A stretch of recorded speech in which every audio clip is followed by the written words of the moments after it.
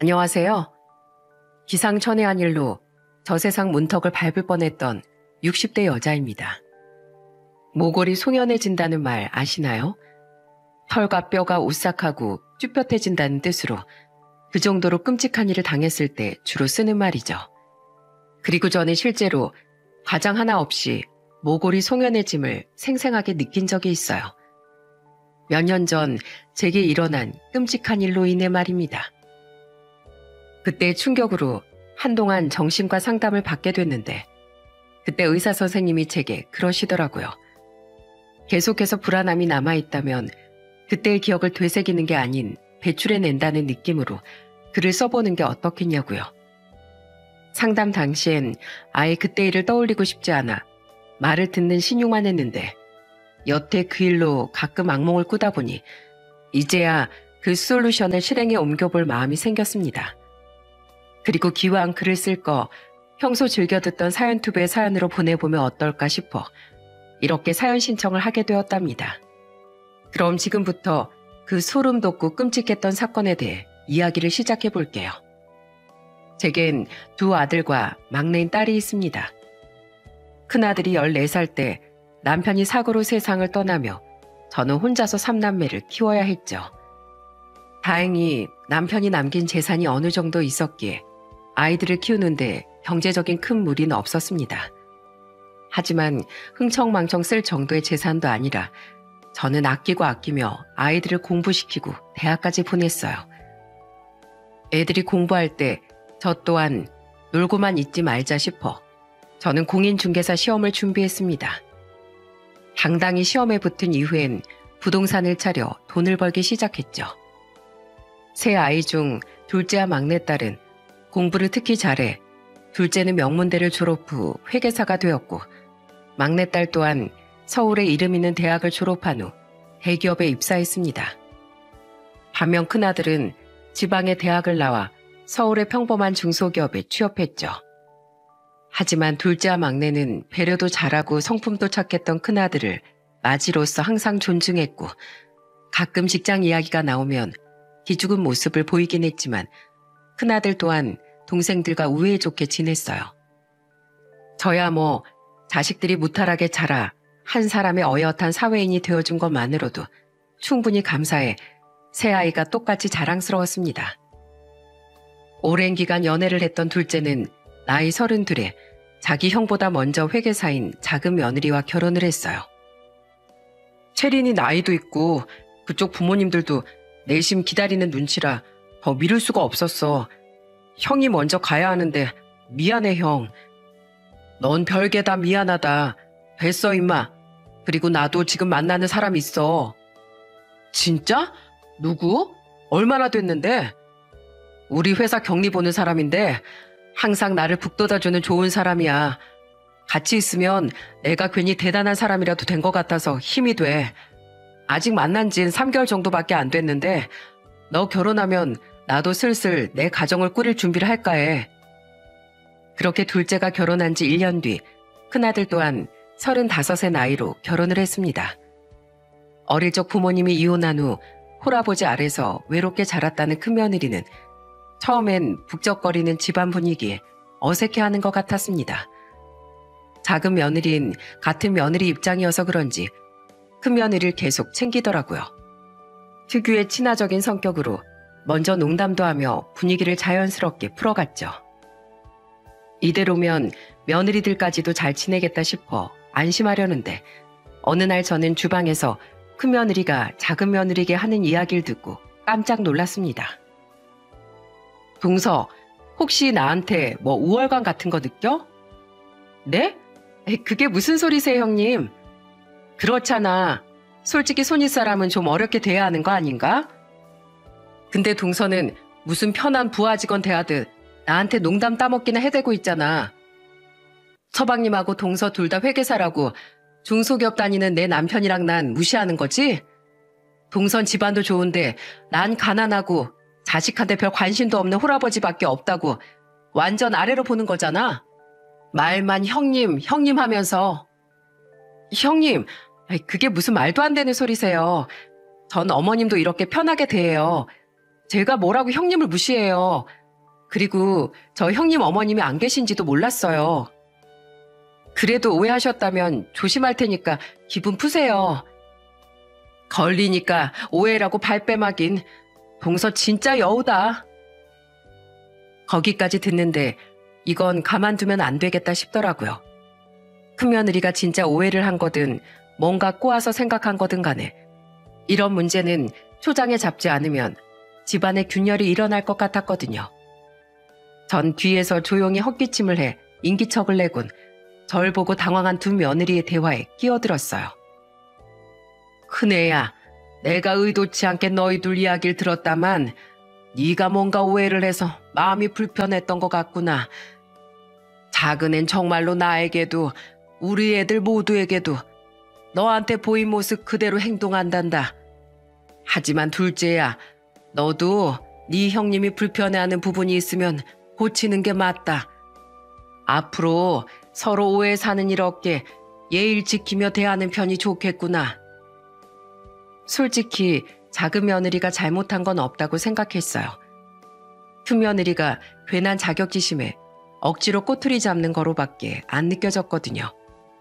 하지만 큰 며느리가 말하는 걸 보니 제가 작은 며느리 편을 들면 자격지심에 불을 붙이는 꼴밖에 안 될 것 같아 최대한 평등하게 상황을 정리하려고 노력했죠. 큰 며느리는 입을 삐죽이며 알았다고 대답했는데 표정을 보니 진심 없는 대답이라는 게 확 느껴져 저는 앞으로 집안에 잡음이 일어날 것 같은 불길한 느낌이 들었습니다. 그리고 그런 제 예감은 딱 들어맞았어요. 이후 큰 며느리는 사소한 걸로 자꾸만 작은 며느리에게 경쟁심을 느끼고 시비를 걸더군요. 어머님, 어버이날 용돈이에요. 작년처럼 선물을 살까 했는데 사람들이 최고의 선물은 현금이라고 그러더라고요. 선물 고르기 귀찮았으면서 핑계는. 어머님, 이거 백화점에서 산 스카프예요. 그리고 저도 용돈도 따로 챙겨드리려고 했거든요. 진짜예요. 차에 두고 와서 이따 저녁에 드릴게요. 임신 축하한다, 둘째야. 그렇게 애를 기다렸는데 드디어 소식이 오는구나. 동선, 나보다 결혼은 빨리 했는데 임신은 석 달이나 늦었네? 사람이 심보를 곱게 써야 애도 빨리 들어선다는데 나보고 반성 좀 해. 큰아들은 왜 그러냐며 큰며느리에게 눈치를 주고 작은 아들은 차마 형수라서 화는 못 내고 표정이 굳어져 있고 착한 작은 며느린 도리어 그런 작은 아들을 참으라는 듯 다독이고 막내는 질린다는 듯 한숨을 쉬었어요. 도가 지나칠 땐 큰며느리에게 제가 직접 주의를 주었는데 그것도 한두 번이지 매번 이러니 저도 슬슬 짜증이 나더군요. 미꾸라지 한 마리가 맑은 물 다 흐린다고 좋았던 집안 분위기를 망치는 큰며느리가 불편해졌어요. 그런데 문제는 이뿐만이 아니었습니다. 결혼한 지 1년 뒤 아들을 낳고부터 큰아들은 헛바람이 잔뜩 들어가기 시작했어요. 어머니, 저 돈 좀 빌려주세요. 저 진짜 좋은 아이템이 생겨서 회사 그만두고 사업에 도전해보려고요. 근데 지금 모아놓은 돈을 다 끌어다 써도 자금이 조금 부족하네요. 집사람도 애 낳고 일 그만둬서 자꾸만 돈이 줄줄 새요. 그런 상황에 무모하게 사업을 시작한다고? 이건 진짜 무조건 잘 될 거예요. 그리고 제 나이가 벌써 37인데 더 늦기 전에 저도 제 인생 걸고 도전 한번 해보고 싶어요. 아니면 설마 어머니도 다른 사람들처럼 동생들에 비해 제가 모자라다고 생각하시는 건가요? 뭐야? 아니 왜 이야기가 그리로 튀어? 그런 거 아니면 부탁드려요. 저 진짜 잘해낼 수 있어요. 더 이상 박봉 받으면서 상사한테 굽신거린 인생 살기 싫단 말이에요. 예? 어머니 당장 노후 자금 급한 것도 아니고 부동산 그만두시고도 가지고 있는 2층짜리 건물 월세로 넉넉하게 사시잖아요. 당장 쓸 데도 없는 돈으로 큰아들 한 번만 밀어주세요. 학창시절에도 용돈 달라 한번 자기 입으로 말해본 적 없는 애가 그렇게 부탁하니 마음이 약해지더라고요. 그래서 전 아들을 응원하는 마음으로 8,500만 원을 지원해 주었습니다. 애들 결혼 자금 다 대주고 저도 부동산 하며 모은 돈이 많이 사라지긴 했지만 아들이 인생까지 걸고 도전을 하겠다는데 부모로서 그 정도도 못 도와주겠습니까? 그렇게 큰아들은 회사를 그만두고 사업을 시작했습니다. 그런데 그때 자기가 사업을 하는 것도 아니면서 큰며느리는 지나치게 잘난 척을 하더군요. 서방님하고 동서는 대기업 회계사로 일하고 있다고 했죠? 그래봤자 일개 직원 아닌가요? 회계사면 뭘 한담? 어차피 상사 눈치, 회사 눈치 보는 똑같은 직장인인데 제가 남편 회사 몇 번 가봤는데요. 확실히 회사는 작아도 사장이 짱이더라고요. 난 귀엽고 신경 쓰지 말래도 직원들이 사모님 사모님 하면서 어찌나 제 눈치까지 보던지 미안해서 제가 롤케이크를 2개나 사주고 왔다니까요. 먹고 힘내서 우리 남편 회사 위에서 더 열심히 일해달라고요. 이게 바로 높을수록 본을 보이는 노블리스 오블리주 아니겠어요? 노블리스 오블리주는 높은 사람일수록 사회적 도덕적 책임을 다한다는 뜻이지 그럴 때 쓰는 말이 아닌데요. 어찌나 뽐을 내던지 막내가 얄미워 죽겠다는 표정으로 한마디 하자 작은 며느리가 몰래 막내 다리를 툭 치더라고요. 괜히 건드렸다간 더 피곤해지니 내버려 두란 뜻이겠죠. 다들 똥 씹은 표정으로 고개만 끄덕이는데 큰아들은 그 옆에서 흐뭇한 표정으로 큰며느리를 바라보고 있더군요. 나중에 큰아들이 저에게 와서 이런 말을 했습니다. 집사람이 지나치게 들떠 있어서 다들 떨떠름 하시죠? 알아요. 근데 어머니, 전 그래도 지금 집사람 모습이 보기 좋네요. 전엔 자꾸만 재수 씨한테 자격지심 느껴서 사람이 꼬였었는데 제가 이렇게 사장이 되니까 아내가 기를 많이 핀 것 같아서요. 저래 봬도 저한텐 좋은 아내입니다. 저한테 사업 권유하면서 전 할 수 있다고 용기를 준 것도 바로 저희 집사람이거든요. 그러니까 너무 믿게만 보지 말아주세요. 아들의 말에 그래 둘만 잘 살면 됐지 싶어 저는 고개를 끄덕였습니다. 하지만 큰며느리의 그 모습은 얼마 가지 못했어요. 사업을 시작한 지 고작 2년 뒤 큰아들의 사업은 겨우 빚망 면한 채 폭삭 망하고 말았거든요. 그때 큰아들은 고개를 푹 숙인 채 큰며느리와 함께 절 찾아왔는데 저는 아들이 저에게 빌린 돈 때문에 온 줄 알고 이렇게 말했어요. 애썼다. 뭐든 첫술에 배부르기 힘든 법이야. 실패를 발판 삼아서 앞으로는 잘 일어나는 법을 배우면 된다. 애써 도와주셨는데 죄송해요, 어머니. 그리고 저 사실 돈 이야기 때문에 왔는데요. 그래, 나한테 빌린 돈 말이지? 갚을 필요 없다. 어차피 받을 생각도 없었어. 오히려 자식 인생 공부하는 데 도움 줄 능력이 남아있어서 다행이었다고 생각했다. 그런데 제 말이 끝났는데도 아들은 아무 대답 없이 우물쭈물 하더군요. 그때 전 보았습니다. 함께 무릎 꿇고 있던 큰며느리가 제 아들 옆구리를 쿡 찌르는 걸 말이에요. 그리고 아들 입에서 나온 말은 참으로 뻔뻔했어요. 정말 그렇게 생각하셨어요, 어머니? 그러면 저 이번 한 번만 더 도와주시면 안 될까요? 뭐? 지금 갚겠다는 게 아니라 돈을 또 빌리러 왔단 소리냐? 이번엔 진짜로 갚을게요. 어머니가 방금 그러셨잖아요. 첫술에 배부르긴 힘들다고요. 저 이번 실패로 정말 많이 배웠어요. 이번엔 실망시켜드리지 않을게요.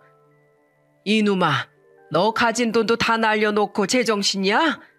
사람이 가진 것에서 미래를 계획해야지. 어떻게 남한테 손 벌릴 생각으로 첫 단추를 꿰려고 들어. 하지만 어머니, 저 내년이면 40이에요.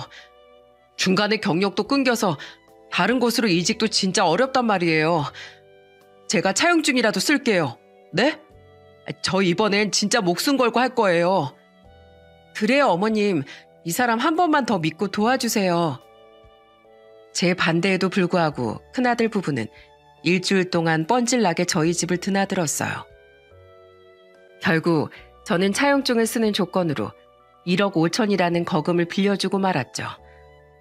돈을 받아내야겠다는 마음보단 부모 돈이라도 우습게 알면 안 된다는 경각심을 심어주기 위해 말입니다.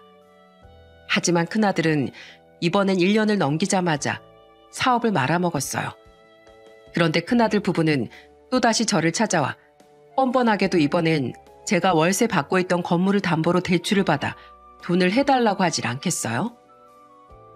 너 지금 내가 이제 돈 없다니까 대출까지 받아서 또 사업 자금을 해달라는 거냐?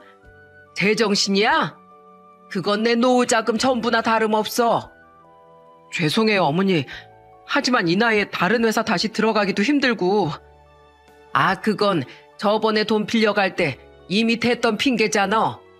처음보다도 더 일찍 사업 접은 거 보면 모르겠어?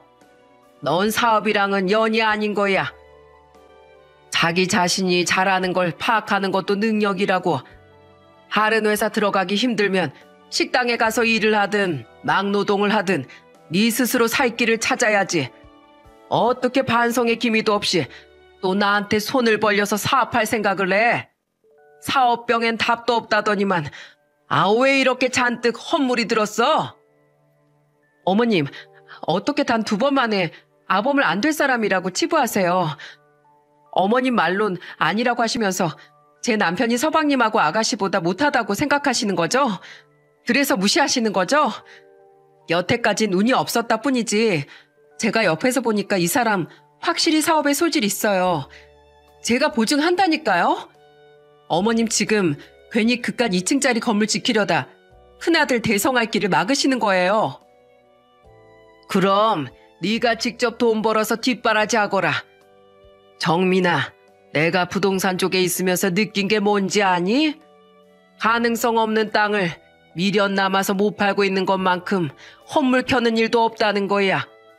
아닌 걸 알았으면 대차게 손 털고 다른 길 찾아 나서는 게 진짜 성공할 사람의 자세야. 너무하세요, 어머니. 이 사람은 제 가능성을 항상 믿고 지지해 주는데 어머님 부모가 돼서 자식을 그렇게 못 믿어주세요? 역시 어머니도 동생들에 비해 제가 못 믿어오셨던 거죠? 시끄러워. 자격지심이 옴기라도 한 게냐? 적어도 넌 안 그러더니 이젠 부부끼리 똑같이 그 말도 안 되는 억지를 쓰고 있어.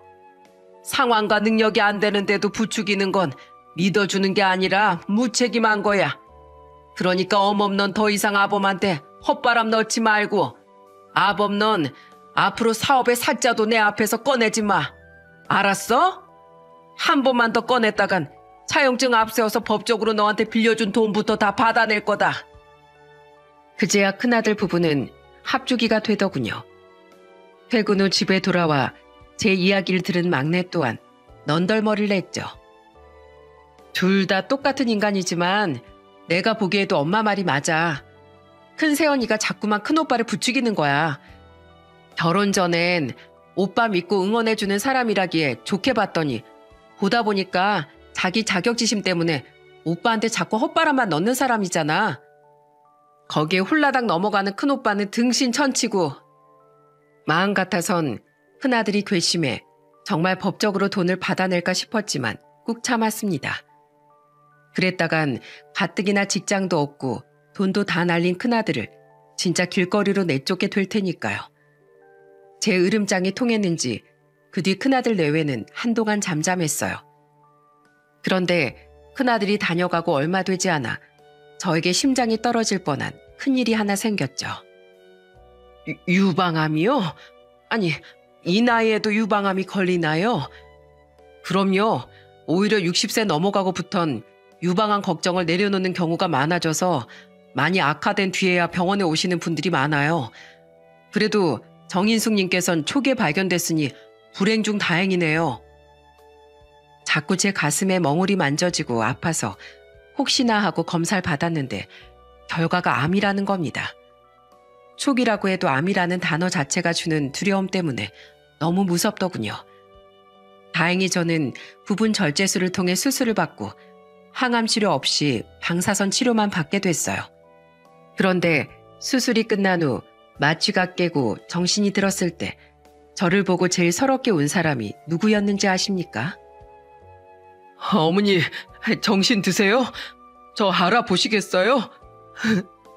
정말 죄송해요, 어머니. 제가 불효자였어요. 부모님이 건강만 하셔도 더 바랄 것 없이 감사한 건데 제가 잠깐 미쳐서 어머니 노후 자금까지 탐냈어요. 제가 진짜 제정신이 아니었나 봐요. 내가 죽는 것도 아닌데 왜 그렇게 서럽게 우니 이 녀석아. 그래도 수술이라는 게 도중에 어떻게 될지 모르는 거잖아요. 어머니 잘못될까 봐 제가 얼마나 무서웠다고요. 어머니 몸속에 암덩어리가 생길 동안 전 어머니 속만 썩였어요. 너무 부끄러워요. 저 이제부터라도 정신 차리고 일구해서 착실하게 살게요, 어머니. 어머니 돈도 걸리겠지만 다 갚을게요. 2번 다시 속 안 썩일 테니까 제발 아프지만 마세요. 그건 바로 큰아들이었어요. 처음 제 암 소식을 듣고도 놀라긴 했지만 제가 수술하는 동안 마음 여린 큰아들은 정말 많은 생각을 했나 보더라고요. 그 뒤 큰아들은 정말로 변했습니다. 더 늦기 전에 기술을 배워야겠다며 큰아들은 도배일을 배우기 시작했어요. 아는 지인이 아버지 때부터 도배를 했다며 큰아들을 자기 옆에 끼워 월급도 주고 일도 가르쳐 주기로 했다면서 말이죠. 그리고 생각보다 일이 적성에 잘 맞는지 일주일에 한 번은 절 찾아오던 큰아들은 밝아진 표정으로 제게 말하더라고요. 예전에 회사 다닐 땐 하루 종일 지루하고 따분하고 솔직히 사업할 때도 머리가 너무 아팠는데 오히려 몸 쓰는 일을 하니까 잡생각도 없어지고 결과물도 바로바로 보여서 재밌어요. 진즉에 기술 배울 걸 하고 후회까지 되더라니까요. 처음이라 지금은 좀 박봉이긴 해도 누구나 처음은 있는 거니까요. 참, 저런 일에서 언제 집 넓히고 빌라에서 아파트로 이사가. 큰며느리는 불만이 많아 보였지만 큰아들이 사업 생각을 완전히 접은 탓에 아무 말도 못하더군요. 큰며느리가 여전히 마음에 안 들었지만 그렇다고 대뜸 큰아들에게 이혼을 종용할 수도 없는 일 아닙니까? 게다가 살갑게 굴진 않아도 매주 큰아들을 따라 손주와 함께 저를 보러 와주는 큰며느리를 보니 그래도 제가 내 걱정을 하긴 하나 보다 싶어 고마운 마음도 들었어요. 그 애가 저에게 상상을 초월할 일을 저지를 줄은 꿈에도 모르고 말입니다. 방사선 치료를 마치고 몇 개월 뒤 첫 번째 추적 검사 결과를 들은 주에 토요일이었어요. 초인종이 울리길래 나가보니 큰며느리가 큰 냄비 하나를 들고 들어오더군요. 어머님, 저 왔어요. 응? 아범하고 한 소리 없이 너 혼자 왔어? 제가 오늘 볼 일이 있어서 내일 다 같이 오기로 했어요. 아가씨는 다음 주까지 출장이라 집에 없으시죠? 그래.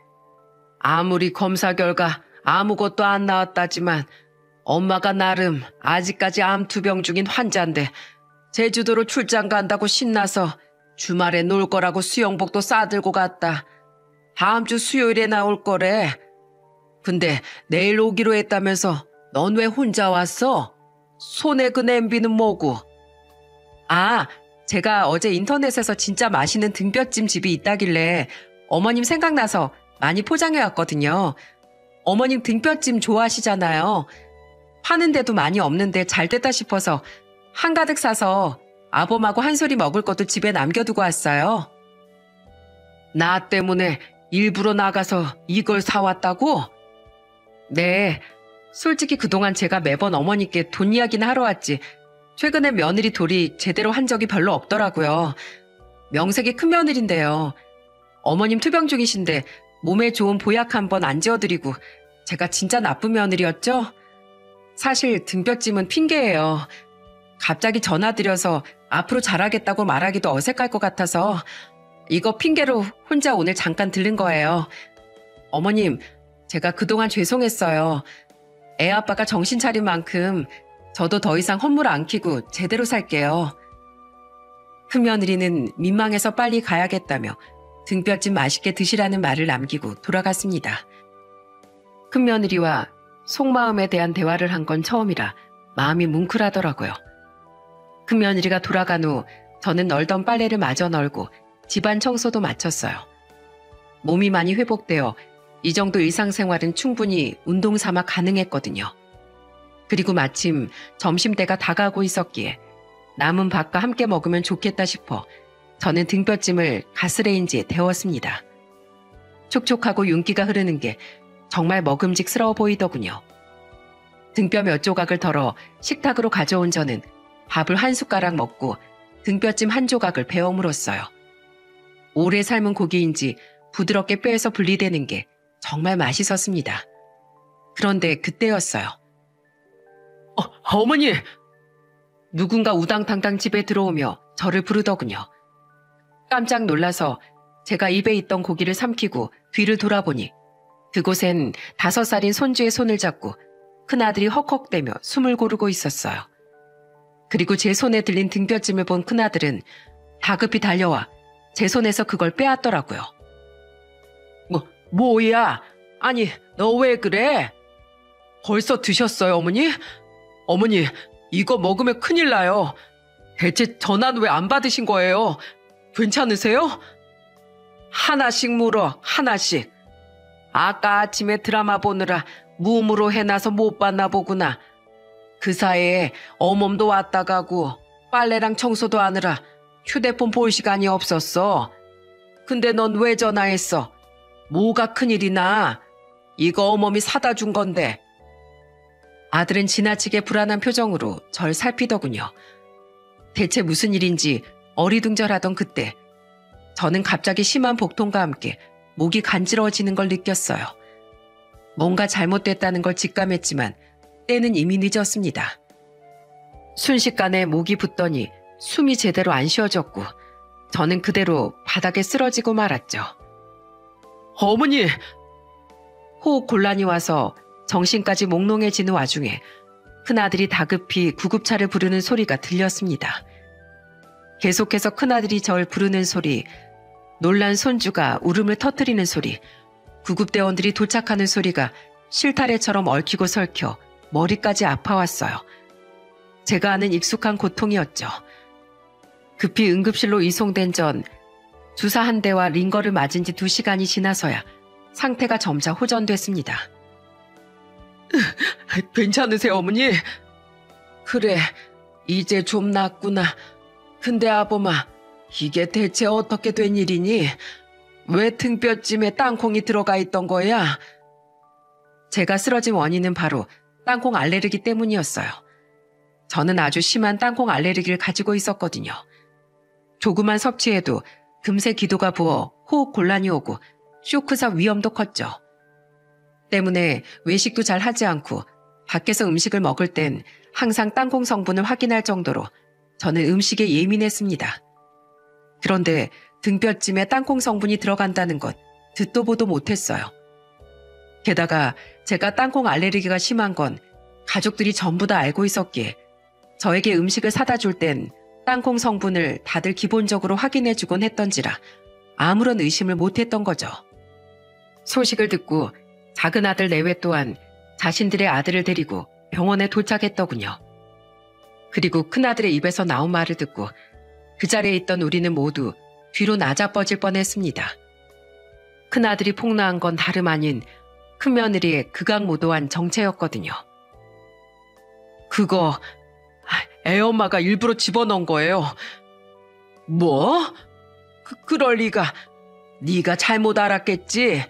먹으면 죽을지도 모르는 걸 뻔히 알면서 걔가 왜 그런 짓을 해? 밖에서 사왔다고 했으니까 어멈도 몰랐던 거겠지. 나도 등뼈찜에 땅콩 성분이 들어갔을 거라곤 상상도 못했으니 어멈도 아무 생각 없이 사오지 않았겠니? 아니에요. 제가 집사람 나가자마자 일찍 청소 끝내놓고 좀 쉬려고 청소기를 돌렸거든요. 근데 저희 집 식탁 다리 아래에서 껍질 깐 땅콩이 하나 나오더라고요. 식탁 다리 바닥 부분이 굴곡진 모양으로 돼 있어서 잘 안 보이는 틈이 있었거든요. 처음엔 이게 대체 왜 떨어져 있나 싶어서 들어서 올렸는데 그걸 보니 우리 한솔이가 갑자기 부자 되는 마법의 음식이다 이러더라고요. 그래서 그게 무슨 소리냐고 땅콩 아냐고 물어보니까 한솔이가 그거 이름이 땅콩이네요. 그러면서 하는 말이 전날 애엄마가 애 데리고 시장 가서 한참을 돌아다니더니 그거 파는 아주머니한테 딱 한 주먹만 팔아달라고 했다는 거예요. 10,000원이나 주면서요. 그리고 그걸 집에 가져와서 엄청나게 빻았다고 하더라고요. 아마 절구통에 빻은 거겠죠. 그때 그게 뭐냐고 한솔이가 물었더니 그 여자가 글쎄 뭐라는 줄 아세요? 한솔아, 이리 와서 네가 직접 말해봐. 큰아들은 뒤에 멀뚱멀뚱 서 있던 손주를 불렀습니다. 그리고 손주 입에서 나온 말은 가히 충격적이었어요. 엄마가 부자가 되게 해주는 가루를 만드는 거라고 했어요. 그것만 있으면 아빠도 다시 구질구질한 일 그만두고 사장님 되고 엄마는 사모님 되고 집도 더 큰 집으로 이사 갈 수 있다면서요. 그래서 제가 옆에서 수리수리 마수리 우리 가족 더 부자 되게 해줘라. 야! 이렇게 주문도 걸어줬는데 엄마가 그거 큰 냄비에 넣고 막 섞었어요. 시장에서 같이 사온 고기들 잔뜩 담긴 냄비예요. 아까 할머니 집에 있던 고기 있잖아요. 그거요.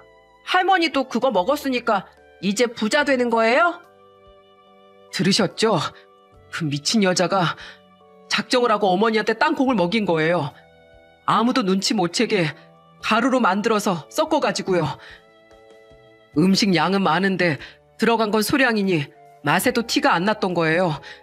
설마 5살밖에 안 된 애가 자기 악행을 폭로할 거라고는 상상도 못한 거죠. 아니, 대체 걔가 왜... 돈 얘기를 잔뜩 늘어놓은 걸 보니까 아마 어머니 유산을 노린 것 같아요. 사실 요즘 집사람이랑 저랑 계속 싸웠거든요. 전 이미 사업 생각 접은 지 오랜데 그 사람 혼자 포기도 못하고 계속해서 건물 담보로 대출 받아달라고 해라. 동생들은 회계사의 대기업 직원인데 도배를 한다고 하면 창피하지도 않냐.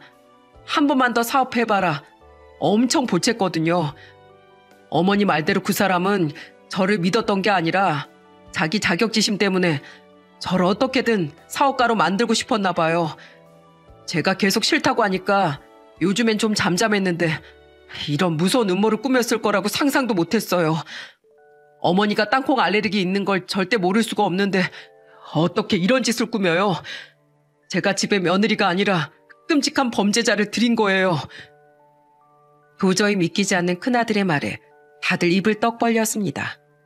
동갑인 두 손주만 우리를 멀뚱멀뚱 쳐다보고 있었죠. 진짜야, 형? 이거 무슨 몰카야? 나 지금 이 상황이 도저히 믿기지가 않아서 그래. 나도 처음엔 도저히 이게 무슨 일인지 믿어지지가 않았어. 근데 어머니가 실제로 이렇게 실려오셨잖아. 그 여자 막내가 제주도 출장 간 것도 이미 알고 있었고 옆에 누가 있으면 이렇게 바로 응급실 데려올까 봐 나한테도 일부러 내일 어머니 댁 가자고 하고 자기 혼자 어머니한테 이거 가져다 드린 거야. 빨리 가져다 드리고 싶다는 핑계 대면서 죄송해요 어머니. 이게 모두 그 여자를 가족으로 끌어들인 제 탓이에요. 정말 죄송해요. 큰아들은 죄책감을 이기지 못하고 엉엉 울었습니다. 그제야 저도 작은 아들 부부도 현실을 자각하고 분노했죠. 저는 무려 3시간이나 더 휴식을 취한 뒤에야 상태가 나아져 집으로 돌아올 수 있었어요. 두 아들과 작은 며느리 또한 제가 걱정되어 함께 집에 오는데 죽을 뻔했다는 사실이 너무 분하고 화가 나서 미치겠더라고요. 다들 같은 마음이었는지 큰며느리 당장 신고해야 한다. 잡아다가 아주 요절을 내는 게 먼저다 하고 있는데 양반은 못 되는지 큰며느리에게서 전화가 걸려오더군요. 그것도 제 휴대폰으로 말입니다. 저는 주의를 조용히 시키고 최대한 아무 일도 없던 것처럼 전화를 받았어요. 오냐, 어머님 집이세요? 그럼 집이지 내가 어디겠니? 혹시 제가 사다 드린 등뼈찜 아직 안 드셨어요? 내일 먹으려고 아직 안 먹었다. 그거 확인하려고 전화했니? 그게 저는 외출하느라 아직 집에 있는 걸 못 먹어봐서 맛이 궁금해서요. 어머님이 워낙 좋아하시는 음식이니까 어머님이 맛있게 드셨나 궁금하기도 했고요. 얼른 드셔보세요, 어머님. 이미 산지 하루가 지나서 상할지도 모르잖아요. 아니면 저 아직 저녁 식사 전인데 지금 갈 테니까 같이 먹을까요? 저 볼 일 다 끝났거든요. 그래? 그럼 그러자꾸나. 음식 데워놓고 기다리고 있으마. 저는 이때다 싶어 큰며느리를 집으로 오라고 불렀습니다. 경찰에 신고를 해도 도망을 가면 어쩌나 싶어 아예 도망을 못 가게 잡아두려고요. 전화를 끊고 나니 속이 더 부글부글 끓더군요. 딱 봐도 제가 그걸 먹었는지 먹었다면 상태는 어떤 건지 확인하려고 한 전화였을 테니까요. 그렇게 우린 일을 가며 집에서 큰며느리를 기다렸습니다. 두 손자는 일부러 안방에 들여보내 볼륨을 높여 만화 영화를 틀어주었죠. 오늘은 둘 다 낮잠도 자지 않았으니 둘 다 TV를 보다 잠들게 뻔해 차라리 다행이었어요. 그리고 얼마 지나지 않아 집에 도착한 큰며느리는 막내를 제외하고 모두 모여있는 식구들을 보고 당황을 하더군요. 큰아들은 그런 큰며느리를 보자마자 사정없이 뺨을 후려쳤습니다. 그리고 손이든 발이든 닿는 대로 휘두르며 메타작을 시작했어요. 어떻게 다들 여기... 어떻게? 왜? 혼자 와서 얼른 우리 어머니한테 등뼈찜 먹이고 끝장내려고 했는데 다들 있어서 당황했냐? 소름 끼치는 여편네야. 감히 우리 어머니 유산을 노리고 일부러 땅콩을 음식에 넣어? 네가 사람이야? 어떻게 사람이 고작 돈 때문에 이런 짓을 할 수가 있어? 우리 어머니 너 때문에 응급실 실려갔다고 오셨어. 사람이 죽을 뻔했다고. 어머님이? 여보, 잠깐만. 내가 일부러 왜 그런 짓을 어머님한테 해? 저거 사온 음식인 거 당신도 알잖아. 등뼈찜에 땅콩이 들어갔을 거라고 난 상상도 못했다고. 그딴 식으로 발뺌할 줄 알았다. 우리 아들이 다 말해줬어. 당신이 시장에서 등뼈도 땅콩도 다 직접 사다가 요리한 거라고. 뭐? 밖에서 샀다고 하고 땅콩 산 거 안 걸리게 카드 말고 현금으로 사면 안 걸릴 줄 알았냐? 조금만 뒤캐보면 뻔히 다 알게 될 일을. 뭐, 부자가 되게 해주는 가루? 이거 진짜 사이코패스 아니야? 뭐, 한 소리가? 여보, 제발 그만 좀 때려. 내가 잘못했어. 난 그냥 당신 위해서 당신이 돈 때문에 충분히 성공할 수 있는 사업과 자질을 포기한 것 같아서 그래서 그런 거야. 세상에서 당신을 제일 믿는 사람이 나인 거 당신도 알잖아.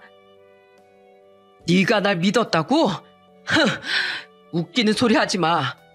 당신은 그냥 내 동생들하고 재수 씨에 대한 자격지심에 잔뜩 찌들어 있다가 그 사모님 소리 한번 들으니까 거기 꽂혀서 나한테 계속 사업하라고 부추긴 거잖아.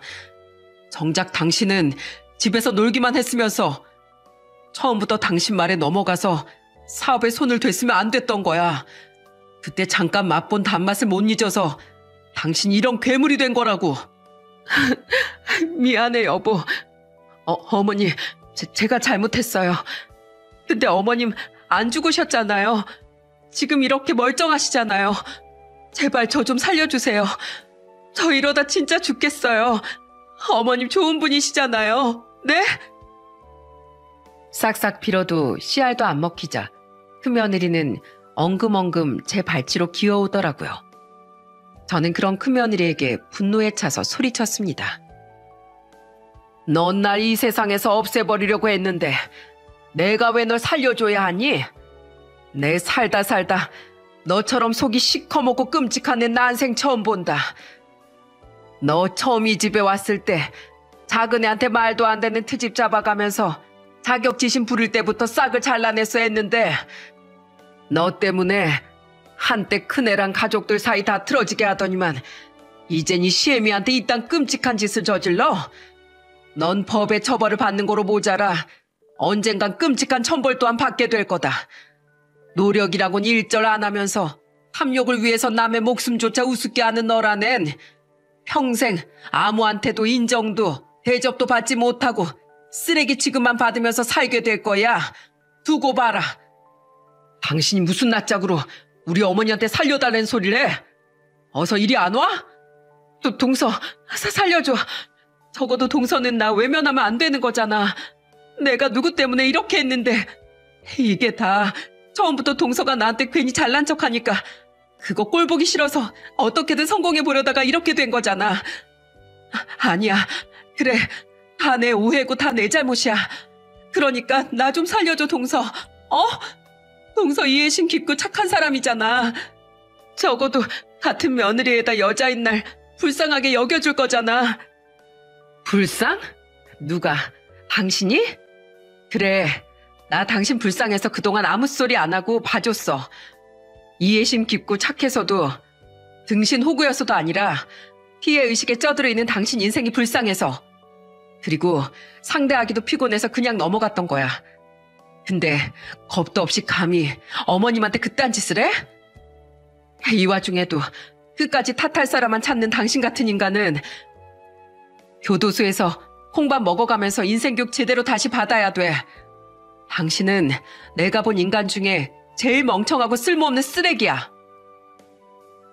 제게 애원해도 소용없자 뻔뻔하게 작은 며느리에게까지 도움을 청했지만 큰 며느리에게 돌아온 건 지독한 멸시밖에 없었습니다.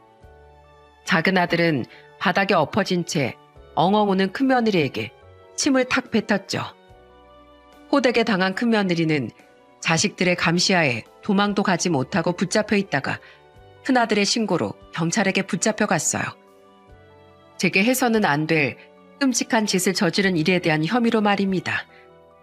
경찰에게 끌려가기 전 큰며느리는 경찰들을 뿌리치고 도주를 시도했는데 붙잡힌 와중에도 어떻게든 달아나려고 발악을 하더라고요. 그 결과 큰며느리는 도주 위험이 있다고 판단돼 구속 수사를 받게 됐죠. 거기에 그치지 않고 혹시 불기소 처분이 됐을 때를 대비해 우린 그 끔찍한 짓에 대한 미수 혐의로 큰며느리를 고소했습니다. 뒤늦게 소식을 접하고 다음날 저녁 서울로 올라온 막내는 왜 제가 쓰러지자마자 자기를 부르지 않았냐며 길길이 날뛰더군요. 엄마, 그래서 지금은 괜찮아? 괜찮어. 네 큰오빠가 발견하자마자 날 병원에 데려가줬어. 네 큰오빠가 청소하다가 그 땅콩 하나를 발견 못했으면 이 엄마 지금 저 세상에 가 있을 뻔했다. 아, 진짜 왜 날 어제 안 불렀어. 그랬으면 당장 비행기 타고 달려와서 그녀 머리털을 다 뽑아버렸을 텐데. 아이, 분하다고. 난 엄마한테 그런 일 있었는지도 모르고 신나게 수영이나 했는데 엄마한테 너무 미안해서 죽을 것 같아. 미안해, 엄마. 네가 미안하긴 왜 미안하니? 울지 말거라. 나도 어제 너무 놀라서 그런지 조금만 감정이 격해지면 자꾸 눈물이 나잖니. 큰애끼는 저를 보며 자기가 죄인이라고 큰아들은 또다시 눈물을 쏟아내더군요. 그 와중에 엄마는 어디 갔냐고 우는 손주까지 보자 눈물이 멈추지 않더라고요. 저 어린애는 무슨 죄가 있어 이렇게 일찍 엄마를 잃게 됐나 싶어 가슴이 아팠거든요. 평생 큰 상처를 안고 살아가야 할 손주와 제 큰아들 모두가 너무 불쌍해 저는 손주를 끌어안고 한참을 울었습니다. 그 뒤 갑자기 없어진 엄마 때문에 놀란 손주를 위해 한동안 큰아들은 손주와 함께 저희 집에서 생활했어요. 어차피 같은 서울 내였으니 출퇴근에 큰 문제가 없었거든요. 저와 막내는 계속 엄마를 찾는 손주를 달래주기 위해 이 나이에 수많은 재롱을 부려야 했죠. 검찰 조사 중 밝혀진 사실인데 제게 등뼈찜을 건네주고 갔던 큰며느리의 볼 일이란 바로 변호사와의 법률 상담 약속이었더군요. 자신의 범행 계획에 대한 이야기만 쏙 빼고 큰며느리는 제가 죽은 후에 유산 배분 문제라든지 큰아들임을 앞세워 더 많은 지분의 유산을 가져올 수 있는 방법, 건물 상속 시 내야 할 상속세 등을 모색했던 모양이더군요.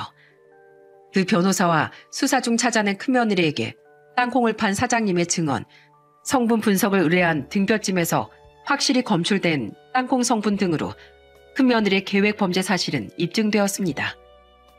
게다가 거의 자백이나 다름없던 사건 당일의 큰며느리의 마지막 발화까지 작은 아들이 전부 녹음해놨기에 큰며느리는 빼도 박도 못하고 최악의 범죄 미수죄로 징역 1년 6월형을 받았습니다. 음식에 들어간 땅콩 양은 비교적 소량이었지만 제 알레르기 사실을 명확히 알고 있었다는 것과 계획 범죄라는 부분이 무겁게 적용되었더라고요. 사실 저는 정말 죽을 뻔했는데 죄질에 비해 형량이 가볍다고 생각해 아쉽긴 했습니다. 큰아들은 한창 사건이 진행되던 와중 큰며느리에게 이혼 소송을 걸었고 유책 사유가 워낙 중대해 큰며느리는 이혼을 당한과 동시에 손주에 대한 양육권과 친권도 내주어야 했습니다. 그 엄청난 일들이 진행될 동안 자식 일에 워낙에 관심 없던 박가사도는 우리에게 미안하다는 전화 한 통 걸지 않고 법정에도 모습을 드러내지 않더라고요. 유일하게 큰며느리가 조금이나마 불쌍하게 느껴진 부분이었죠. 그렇게 잊지 못할 그 사건이 일어난 지도 벌써 2년이라는 시간이 지났네요. 이제 해가 지났으니 횟수로는 3년이 지난 거죠. 그동안 우리 가족에겐 큰며느리의 부재 말고도 몇 가지 변화가 있었답니다. 할머니, 저 등 긁어주세요. 졸려요. 우리 한솔이 벌써 자려고? 그래, 이리 와. 헬미가 우리 손주 잠들 때까지 긁어줄게. 우선 제 큰아들은 살던 집을 처분하고 손주와 함께 저희 집에 들어와 살고 있습니다. 저와 살던 막내딸은 작년 초에 결혼을 해서 출가하게 되었거든요. 올해 초등학교에 들어가게 된 손주는 워낙 저를 잘 따라 지금은 밤마다 제 옆에서 잠을 청할 정도로 제 껌딱지가 되었죠. 큰아들은 살던 집 전세금 대부분을 저에게 주었어요. 사업 때문에 빌렸던 돈 너무 늦게 갚아드려서 죄송해요, 어머니. 거기다 어머니 집에 얹혀 살게 되기까지 해서 더더욱이요. 안 갚아도 된다니깐 너도 참 고지식하다. 그리고 얹혀 살긴 막내 결혼하고 혼자 남은 내 걱정해서 일부러 여기 들어오는 거 내가 다 안다.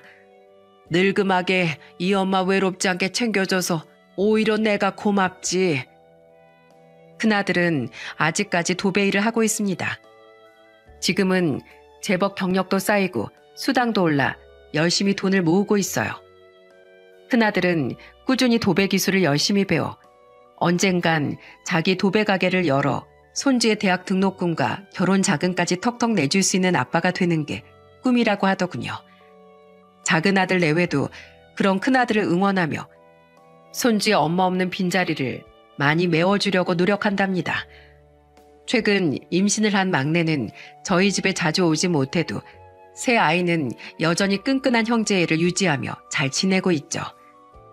전 앞으로 아내 없이 손주를 키워갈 큰아들과 엄마 없이 자랄 손주를 지켜주기 위해 오래도록 건강관리 잘하며 이 자리를 지켜나갈 생각입니다. 아직 완치 판정을 받지 못했지만 꾸준히 추적 검사에서 좋은 결과를 듣고 있어요. 한 가지 걱정이 있다면 아직까지 손주에게 큰며느리에 대해 말해주지 못했다는 겁니다. 당시 5살이었고 지금도 고작 8살인 손주에게 엄마가 흉악한 범죄자라는 사실을 알릴 수가 없었거든요. 다만 손주가 엄마를 보고 싶어하는 일은 방지하기 위해 엄마는 아빠에게 큰 잘못을 하고 이혼해서 딴 나라로 갔다고 이야기를 해놓은 상태죠. 언젠가 사실대로 이야기를 해줘야 될 텐데 언제 어떻게 잘 이야기해줘야 손주가 받을 충격에 상처가 덜할지 여전히 저와 큰아들은 함께 고민 중이랍니다. 부디 손주가 그때까지 심지 굳건한 아이로 자라주길 간절히 바라면서 말입니다. 여러분, 저는 이 충격적인 사건을 겪으며 욕심이 얼마나 무서운 것인지에 대해 깊게 생각해 보게 되었습니다. 지나친 욕심은 사람의 마음을 망가뜨리고 도덕성이라는 것에 대한 인지 기능을 마비시키는 존재라고 생각해요. 그렇게 거리낄 것이 없게 된 사람은 멈춰야 할 곳에서 멈춰서지 못하고 결국은 괴물이 되어버리는 거죠. 마치 욕심에 눈이 멀어 제게 끔찍한 짓을 저지른 큰며느리처럼 말입니다. 그러니 여러분, 물론 대다수의 분들은 저보다 훨씬 현명하고 사려 깊은 분들이시겠지만 그래도 제 사연을 듣고 과한 욕심을 한 번 더 멀찍이 밀어내는 시간을 가져보셨으면 좋겠어요. 과한 욕심은 자신을 망가뜨리는 지름길이 될 수 있으니까요. 부디 여러분의 인생엔 저와 같은 천인공노할 사건이 일어나지 않길 바라며 이만 사연을 마치겠습니다. 함께해 주셔서 감사합니다.